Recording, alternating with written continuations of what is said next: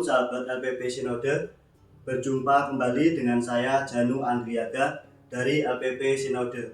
Saat ini saya akan membacakan persekutuan doa kelima yang ada di bahan masa Paskah tahun 2025. Bahan persekutuan doa 5, percaya dan mempercayakan pada Kristus. Bacaan Alkitabnya diambil dari Filipi pasal 2 ayat 5 sampai 11. Filipi pasal 2 ayat 5 sampai 11. Jean F. Gavelet tahun 1824 sampai 1897 yang dikenal dengan Charles Blondin adalah seorang akrobatik yang berjalan di atas tali. Suatu saat dia tampil menyeberangi sungai Niagara. Ia beraksi dengan tutup mata, berhenti di tengah dan minum kopi, serta berbagai atraksi lain.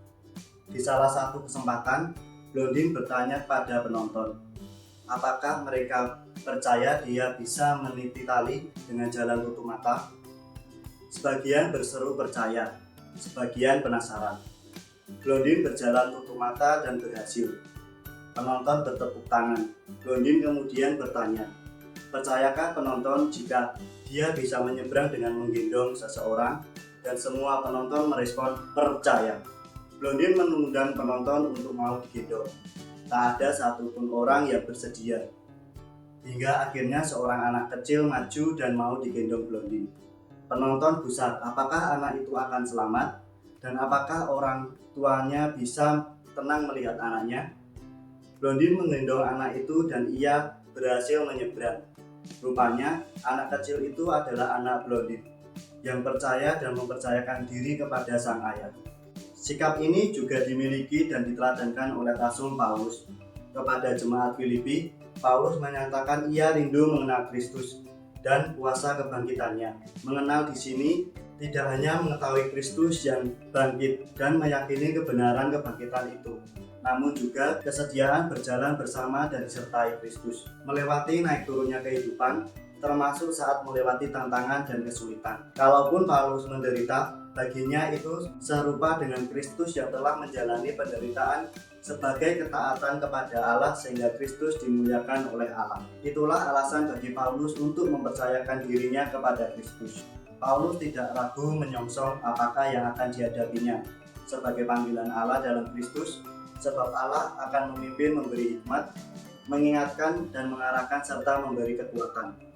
Satu hal yang perlu dicermati adalah bahwa sikap percaya dan mempercayakan diri pada Kristus tidak boleh dimaknai dan kemudian diwujudkan dengan sikap tindakan nekat, lepas tangan atau berani mati menjalani kehidupan. Sikap itu justru akan mengarah kepada tuduhan atau pikiran menyalahkan Allah atas masalah tantangan yang terjadi dalam hidup. Mempercayakan diri pada Kristus tidak bisa dan tidak boleh diiringi pengabaian terhadap diri sendiri atau melalaikan tanggung jawab atau tugas pekerjaan pelayanan. Orang yang percaya kepada Kristus harus tetap memberikan yang terbaik serta menaati perintah dan kehendak Allah dalam kesehariannya, baik di rumah, di tempat usaha, di masyarakat dan juga di pelayanan. Paulus sendiri juga tidak kemudian sengaja mencari masalah saat mengabarkan Injil. Namun dia tetap menjaga pengajaran, tindakan serta kesehatannya supaya Kristus dilihat dan diterima oleh orang-orang yang ia dijumpai dan layani.